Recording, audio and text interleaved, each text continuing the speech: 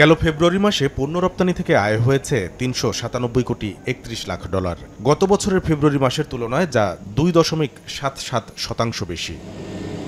চলতি অর্থবছরের প্রথম ৮ মাসে গত অর্থবছরের একই সময়ের তুলনায় রপ্তানি আয় ১০.৫৩% বেড়ে দাঁড়িয়েছে ৩,২৯৪ কোটি ২৭ লাখ ডলারে।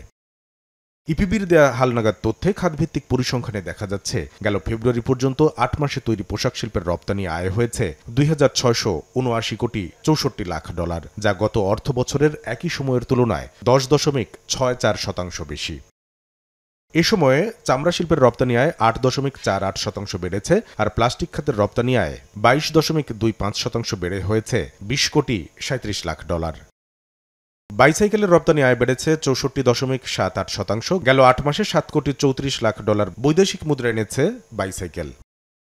এবারের বর্ষপণ্য খ্যাত আসবাবপত্র শিল্পের রপ্তানি ৬.৩৫% বেড়ে গেল ৮ মাসে দাঁড়িয়েছে ৩ কোটি ২ লাখ ডলারে।